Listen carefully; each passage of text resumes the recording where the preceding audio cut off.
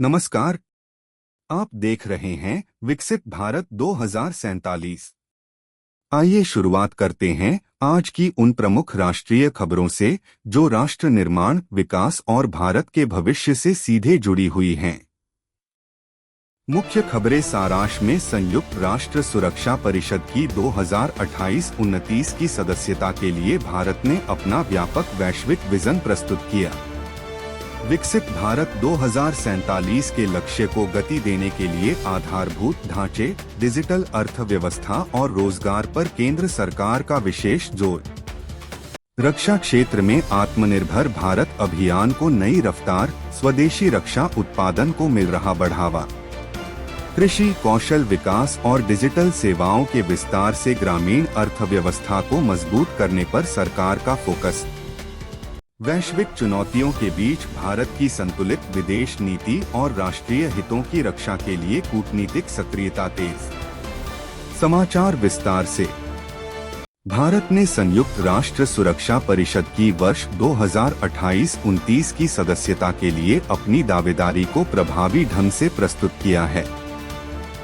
विदेश मंत्री doctor S Jaishankar ने शांति पहल के माध्यम से वैश्विक शांति, आतंकवाद के विरुद्ध कठोर कार्रवाई, समुद्री सुरक्षा, कृत्रिम बुद्धिमत्ता के जिम्मेदार उपयोग तथा संयुक्त राष्ट्र सुधार जैसे विषयों को प्रमुखता से रखा।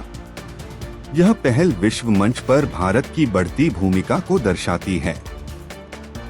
केंद्र सरकार ने विकसित भारत 2047 के लक्ष्य को प्राप्त करने के लिए आधारभूत संरचना, विनिर्माण, डिजिटल तकनीक, नवाचार और रोजगार सृजन पर विशेष बल दिया है। विभिन्न मंत्रालयों की समीक्षा बैठकों में परियोजनाओं की समयबद्ध प्रगति और जनहितकारी योजनाओं के प्रभावी क्रियान्वयन पर जोर दिया गया। रक्षा क्षेत्र में आत्मनिर्भरता की दिशा में भारत लगातार आगे बढ़ रहा है।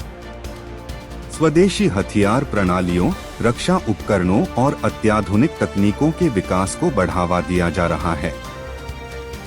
सरकार का उद्देश्य भारत को रक्षा उत्पादन और निर्यात के क्षेत्र में वैश्विक पहचान दिलाना है।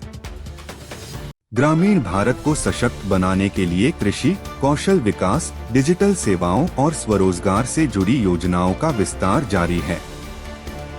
किसानों की आय बढ़ाने, युवाओं को रोजगार उपलब्ध कराने तथा डिजिटल सेवाओं को गांव-गांव तक पहुंचाने के लिए कई कार्यक्रमों की प्रगति की समीक्षा की गई। पश्चिम एशिया सहित विश्व के विभिन्न क्षेत्रों में जारी भूराजनीतिक चुनौतियों के बीच भारत ने अपने राष्ट्रीय हितों, ऊर्जा सुरक्षा और समुद्री व्यापार मार्गों की सुरक्षा को सर्वोच्च प्राथमिकता दी है। भारत संतुलित और स्वतंत्र विदेश नीति के माध्यम से वैश्विक शांति तथा क्षेत्रीय स्थिरता में अपनी सक्रिय भूमिका निभा रहा है। माननीय प्रधानमंत्री की हालिया विदेश यात्रा ने एक बार फिर भारत की सक्रिय और प्रभावशाली कूटनीति को सामने रखा है। इस यात्रा के दौरान विभिन्न देशों के शीर्ष नेतृत्व के साथ हुई बैठकों में आपसी संबंधों को और मजबूत करने, वैश्विक चुनौतियों पर साझा दृष्टिकोण बनाने तथा भारत के दीर्घकालिक हितों को आगे बढ़ाने पर विस्तृत चर्चा हुई। यह यात्रा भारत की बढ़ती अंतर्राष्ट्रीय साख का संकेत मानी जा रही है। विशेषज्ञों का मानना है कि माननीय प्रधानमंत्री की यह विदेश यात्रा भारत के रणनीतिक, आर्थिक और कूटनीतिक हितों के लिए अत्यंत महत्वपूर्ण है। इससे न केवल भारत के द्विपक्षीय संबंधों को नई ऊर्जा मिलेगी, बल्कि वैश्विक मंचों पर देश की भूमिका और प्रभाव भी और अधिक सशक्त होगा। आने वाले समय में इस यात्रा के सकारात्मक परिणाम विभिन्न क्षेत्रों में देखने को मिल सकते हैं। इसी सकारात्मक सोच के साथ आज का राष्ट्रीय समाचार बुलेटिन यहीं समाप्त होता है। प्रस्तुति अच्छी लगी हो तो चैनल को लाइक, शेयर और सब्सक्राइब करें। मैं हूं आपका अरुण।